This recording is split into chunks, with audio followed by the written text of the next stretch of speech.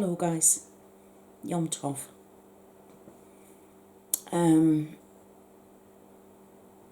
It's me and I'm back, and I need to explain sort of where I've been for the last few days.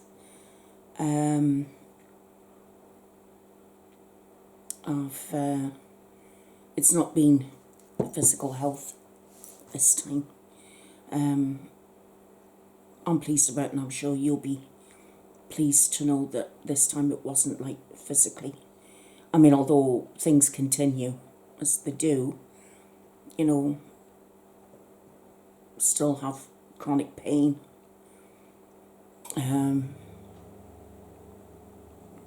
But this is going to be all sort of like back to front and upside down and inside out, and I'm not quite sure what, but on the positive side, I've been trying to make up for lost time, and I've recorded a couple of videos to try and catch up, so you're going to sort of be bombarded with 2 or 3 videos at once, I think. But I suffer from depression, and I've had about a depression that's lasted a few days, and I can't even tell you how it started. I know I was fine last Thursday, and then I think half of Friday, I think I was okay. Friday morning, I think. But then,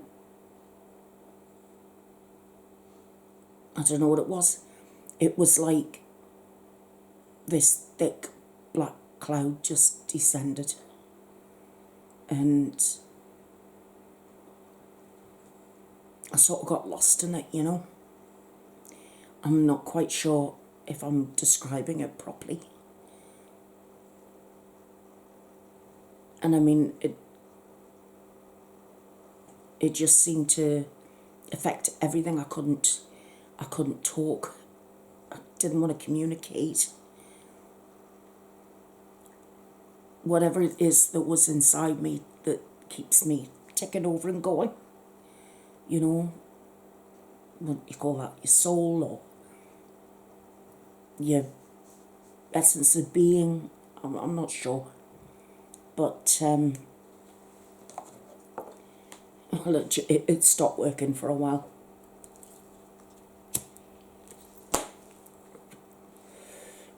And I'll just describe as best I can how it felt.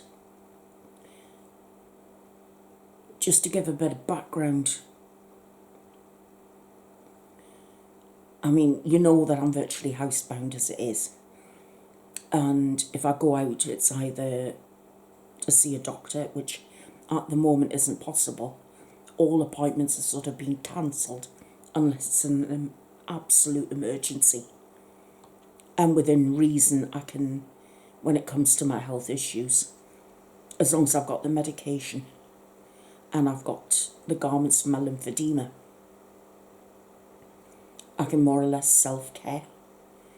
But that's only up to a certain limit. At some point, I do have to, you know, see the doctor for regular blood checks and, you know, for my thyroid and what have you. Well, my thyroid itself was killed off. I had a very, very big dose of radiotherapy back in 2000. I was in isolation for 3 weeks, and now I get the thyroxine tablets. So, and I mean, I take 250 milligrams of thyroxine every day, which is quite a high dose.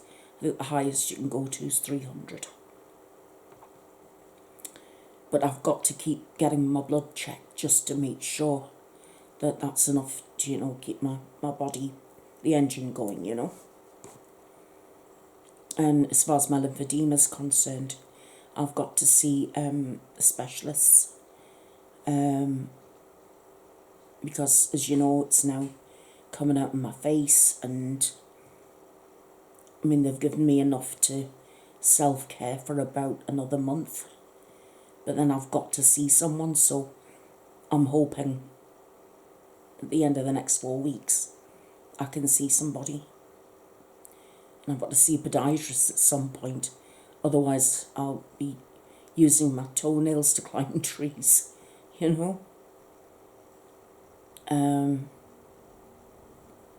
And it's not as if anybody can just cut my toenails for me. If the flesh gets cut accidentally, and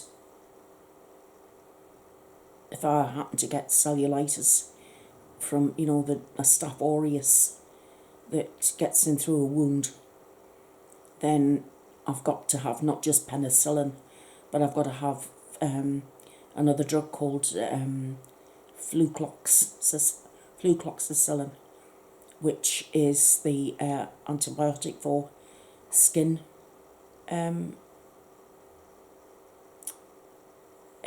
infections. It's the word I'm looking for. Anyway, I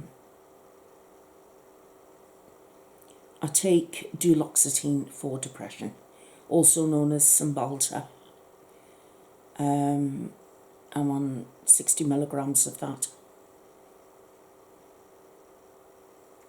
and that's twice daily. But some days it feels like I still feel low. But on this particular occasion, I don't know whether it's been the added stress of this lockdown. Because I say I'm normally used to just being in the house all the time, right? What's changed is the fact that my husband's now working from home. And, from 8:30 in the morning till between 5 and 6 at night, Monday to Friday, can't run the Hoover, or can't vacuum, can't do anything noisy because he could be taking a conference call, or he's tutoring students online as his teacher. So that can be difficult. That's been difficult, trying to sort that out, and that's probably nothing in the scheme of things, but it is to me when I like to try and keep on top of stuff. And then I read about deaths of people online through this virus, and I find it very upsetting.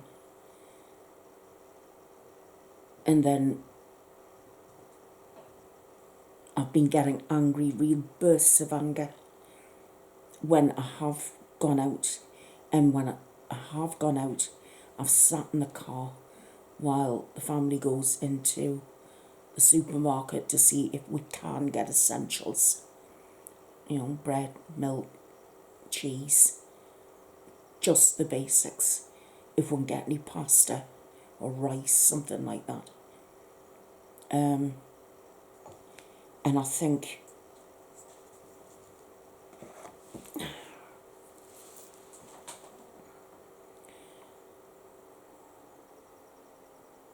I don't know whether it's just, seeing myself, watching people, not listening to what the government tells them to do. I've seen evidence of it myself around me. People walking about in groups of 4s, 6s, laughing and joking, carry on. People are not doing the social distancing, and if it's warm, people are popping into, there's a nearby park, so you can see them going into the park and playing football, and then you read another story about another nurse has died, another doctor's died, and I've seen these pictures of nurses saying, we stay at work, so you can stay at home. Please stay safe, but stay indoors. Don't come out if you don't have to. And I don't know whether things have just been bottling up and bottling up and bottling up. And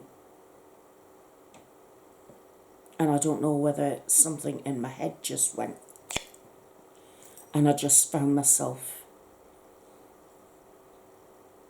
inside of this, like I say, it's like this thick black cloud with no inner energy to push it away. And then there's been the nightmares. Absolutely horrific nightmares. Some of them have been like night terrors, and I've woken up absolutely drenched in sweat, panicking, because what I've been dreaming about has felt so real. And a lot of it's been connected to what happened to me when I was a kid. And in the dream, I am that 10-year-old again. And then I go to being, an adult, but being trapped in those circumstances. And I'm helpless and full of despair, and there's nothing I can do. And then the morning would come round and, I'd be thinking, oh God, not another day. And I think I actually said to myself, I don't want to feel anything. Or I don't want to feel in here. I don't want to feel anything. I don't want to feel anything in here.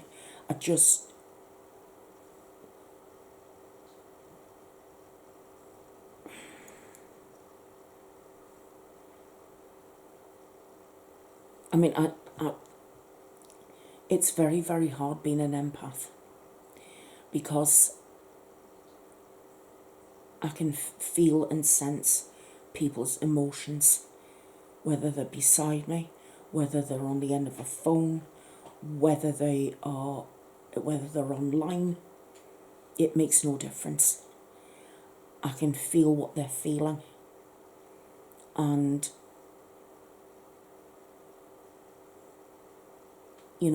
if they're happy, then that's great.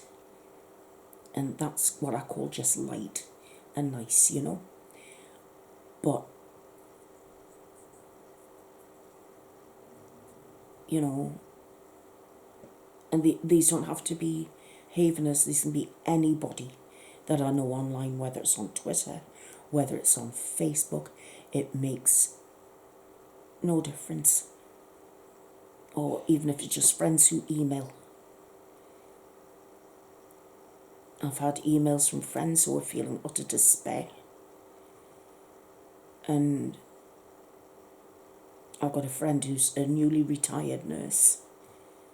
And she's got a condition which meant she couldn't go back to work. So she's been feeling guilty about not being able to do that and feeling very low about that. And I've soaked all of that in, trying to reassure her. So she goes away feeling better, and I'm left sitting there thinking, trying to find a way of sort of brushing all, not, she wasn't deliberately being negative, but it's all like this, the stuff that comes from her, it's all upsetting and hurtful, and it's difficult. And I do try to stay upbeat. I do. Today's the first day I've had makeup on in nearly a week. Now, I know you've seen me at my worst, and I know I've looked a lot worse than this. But today, I really felt I wanted to make an effort. I really did. And I could start to feel the cloud lifting. So, pardon me, I knew today that I wanted to do something. I could feel the energy coming back. And I think what helped stoke the flames, so to speak, it was today that I needed to go out to see if we could get just a pint of milk. Local shops had none. And for all the supermarkets saying, oh, we're restocking our shelves, not around where I live, they're not. And I was horrified at, the government is still saying, don't go out and don't go shopping for nothing. Only go out for essentials. Sorry.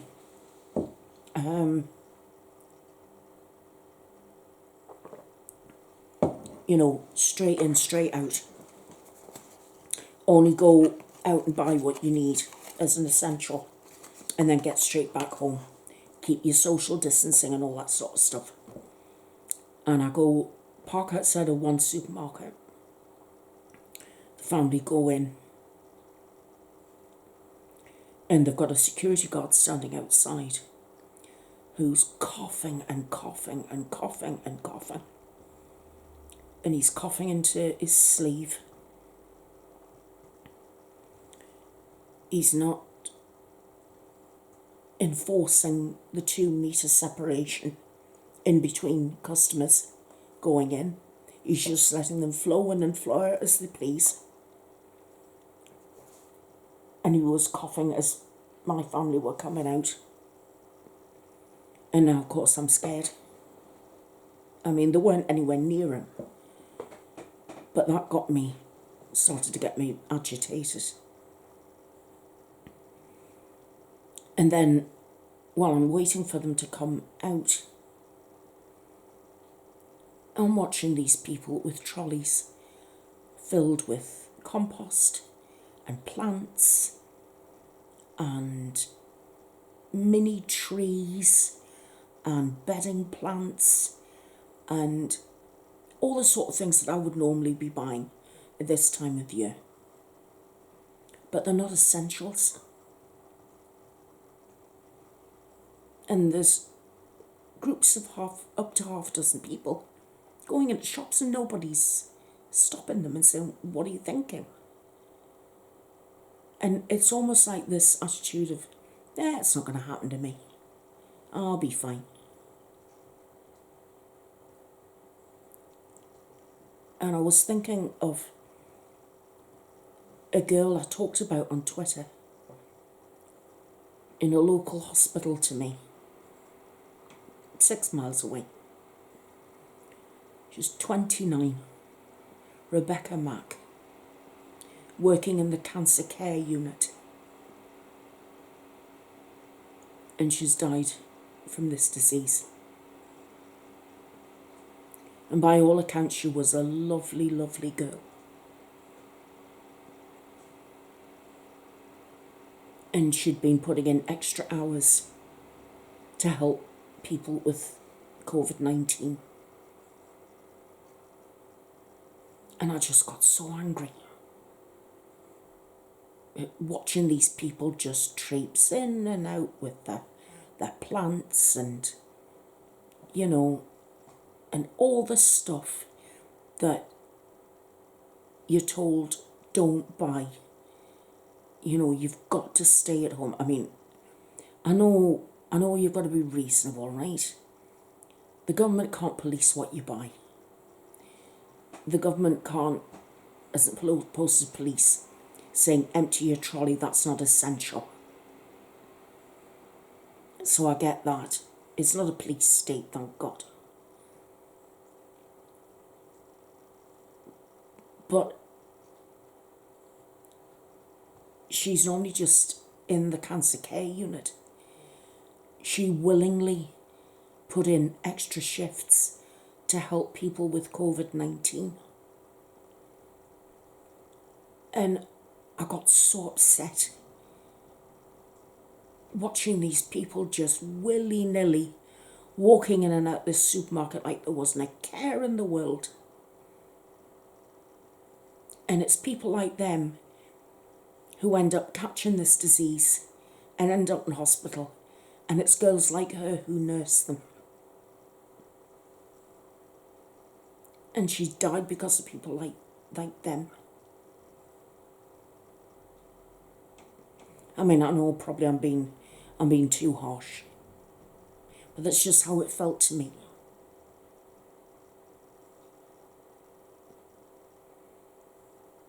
And I don't know whether just these last few weeks, maybe it's just got to me. I have tried to stay more upbeat. I feel very, very guilty that I haven't done more for my havenness, and I am sorry. And I am going to try harder. I wish I didn't have depression. I mean, nobody wants to have it, do they? Nobody, nobody would willingly want to have, a mental health problem, would they?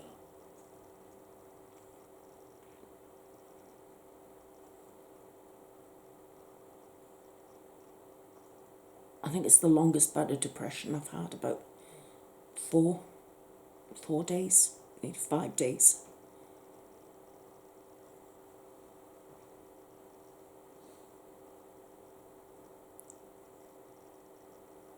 And when I started to come out of it, I was worried when I think back to how comfortable it was feeling.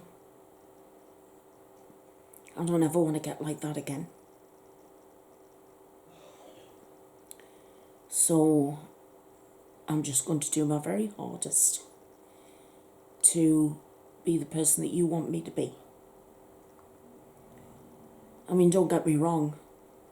If I was a different me, I could have forced myself and faked it. But I couldn't. I can't fake it. I either have to be me, or I just can't make videos. I can't talk to anyone when I feel as low as that.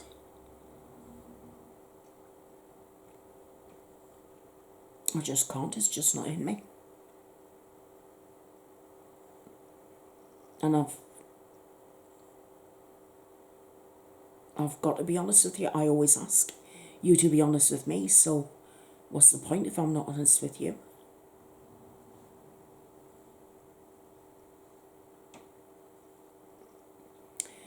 Anyway, that's basically what I've been up to.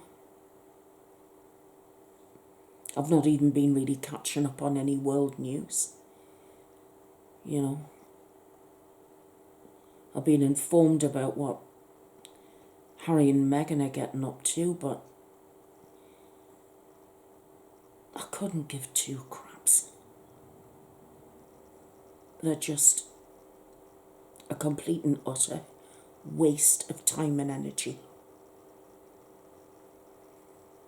As for this Archewell or whatever the hell this new foundation's called, why talk about that now when the most deadly disease that we've known in our lifetime is everywhere we go?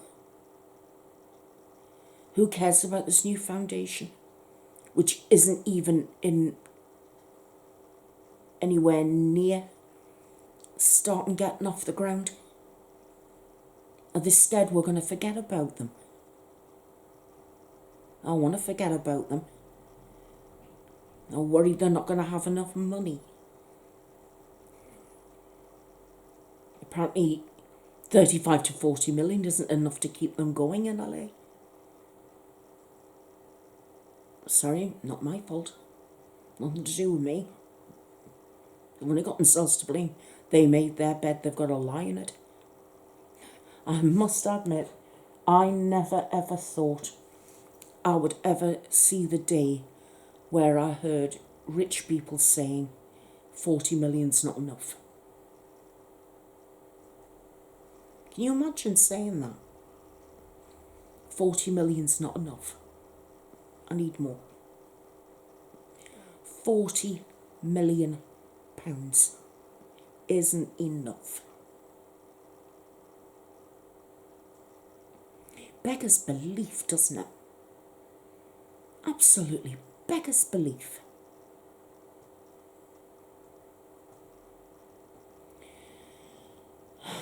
Do you know what? We're not dirt poor. We're comfortable. I mean, I'm not saying a few extra quid wouldn't come in handy. We'd all feel like that. We'd love a little bit extra. But we manage. We can get by. As long as we don't do anything daft.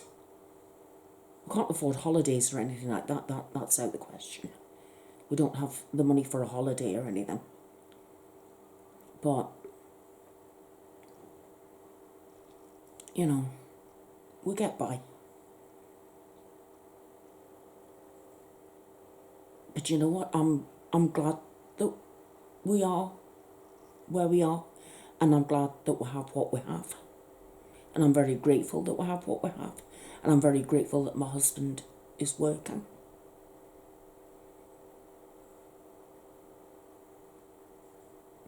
He was worried that he was going to get laid off from his job or have to take a pay cut, but his company's decided that they need him too much, he's too valuable.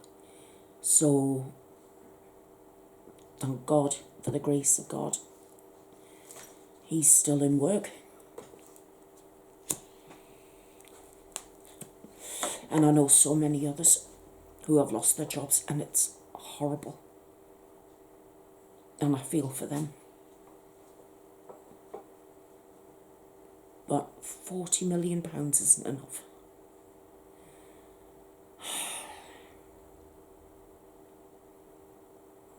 I don't envy them. Not at all.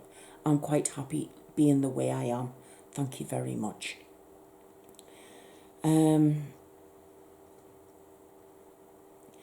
I want to do more live streams. But I want to try and catch all Havenness. Now, I did one the other day, last week, and it was something like, I don't know, between 7 and 8 o'clock in the morning, I think it was. Do you know what? It was only last week and I can't even remember the time. But I was able to catch Australian and New Zealand Havenness, right? And obviously Brits and Europeans.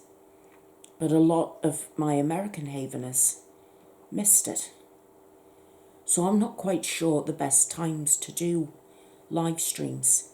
Should I try switching them around? Should I do some early morning my time and then some late my time, so it's evening time in America and Canada? Would you guys let me know, please?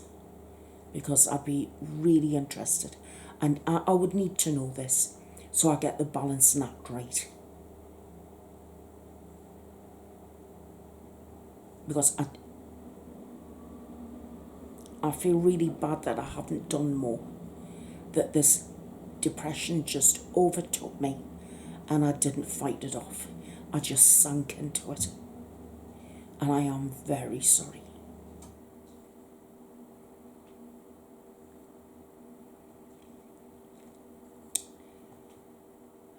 I'll try my hardest. That's all I can say to you. I can't make any promises. I will try my hardest.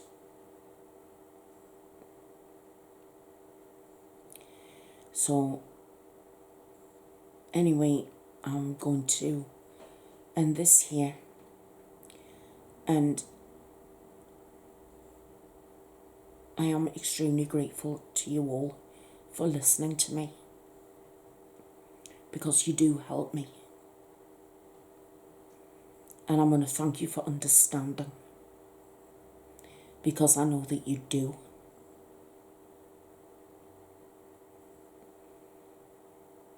And I want to thank you for being there for me, because I know you are.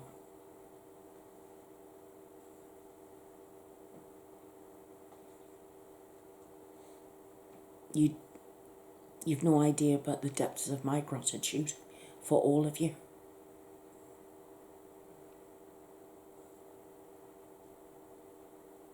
I wish I could hug all of you. I love hugs. I wish I could do that. Anywho, guys, I'm going to love you and leave you for now.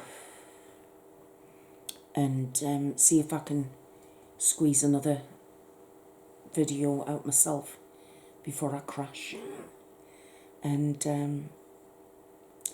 I will see you all again very soon. And I hope you like the nails. Tried to make it go with the... I wanted to do pink and purple today. My friend Angie of 4F Beauty, she's been doing a new series of colours of the zodiac. And the other week she was doing Capricorn, which is my sign. So I learned an awful lot about that. But now she's doing Aquarius. And there was a whole beautiful wide spectrum of colours for Aquarius. Much brighter and more lively than my own sign. And two of the colours were deep dark pink and obviously purple. And you know I like pink and purple. So that's what I tried to do today, was some pink and purple. And match up the nails to go with it. And I don't have a top that's pink and purple. So I just went for pink. It was easier. So I hope you like it, but it was inspired by my friend Angie. So I'm going to link her channel in with this one. I'll also link in our Facebook group in case any one of you want to go along and join. It's lovely in there. It's safe. It's private. And only you can join, no family members.